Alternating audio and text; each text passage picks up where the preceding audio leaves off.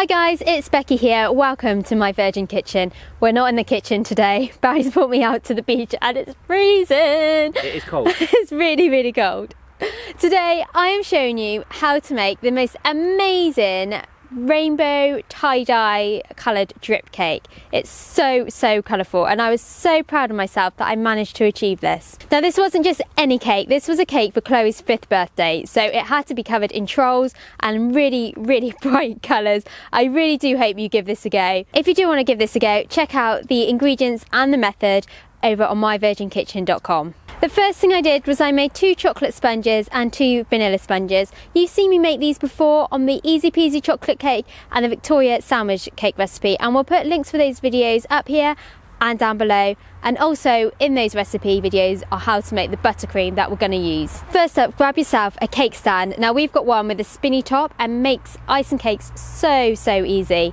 Grab a cake board and put that on top, and then in the centre of your cake board, just splodge a small amount of buttercream icing, and then you're going to begin layering your cakes. So put your first sponge on top of that, followed by some buttercream, and just alternate your sponges with buttercream in between until you're at the top of your cake. So the first layer of buttercream you're going to do around your cake is called a crumb layer. Now I've never done a crumb layer before, and I found out the reason why you do a crumb layer is to latch all your crumbs onto the side of the cake so they stay in place.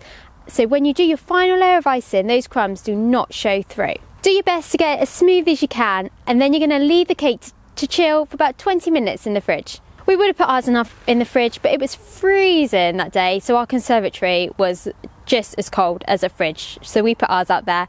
But anywhere that's cold is fine to keep the cake. Once your cake is nice and chilled, you're then going to do another layer of buttercream, but this time you want it to be a little bit thicker, so you're going to go around the sides and then get that nice and smooth. And as you get nice and smooth, you'll probably find a lot of the buttercream will come off, and then you're going to do a nice thick layer over the top of the cake. So this is where you want to get your buttercream nice and smooth around the cake. You want to take your time. You can either use a flat palette knife, or we use a cake scraper, which was amazing. I've never used one of those before. I didn't even know we had one till Barry got it out of the drawer. Yeah, I've had one in the drawer for years. I never even knew it. Never used it. No, and it made it so easy to get it nice and smooth. You're then going to leave that to chill again for another 10 to 20 minutes, and then you can begin the fun coloured part of your cake. Divide your icing into 5 bowls, and then you're going to add in some food colouring. So it's freezing. Right.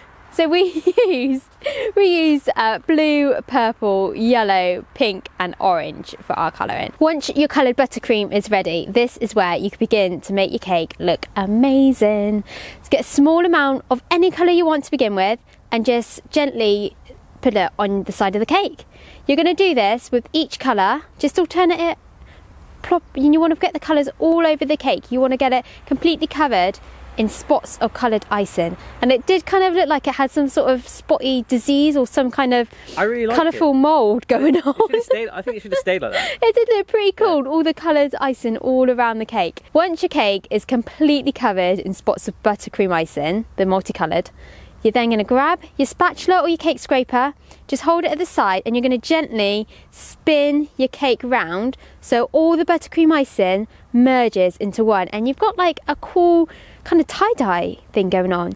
Once you've been round one way, you're then going to go back around the other way, and that gives an even good effect. They're all what am I trying to say? They're all merged in together, and it looks really effective, really cool.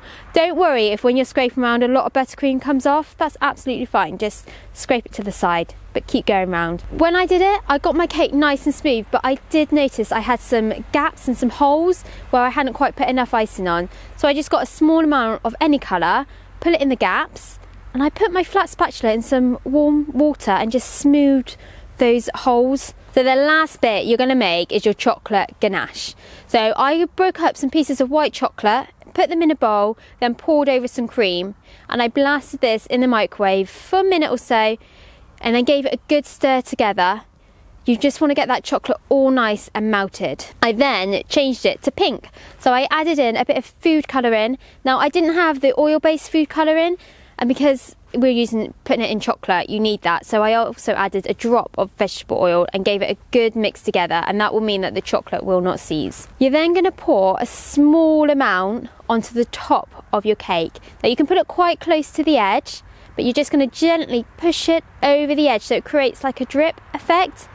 And then you're going to go do that all around the edge of your cake until you've got drips coming down. And then you can pour the rest of your ganache very, very carefully so that it covers the top of your cake. So I actually wanted quite long drips going down my cake just to make it look a bit like floppy troll floppy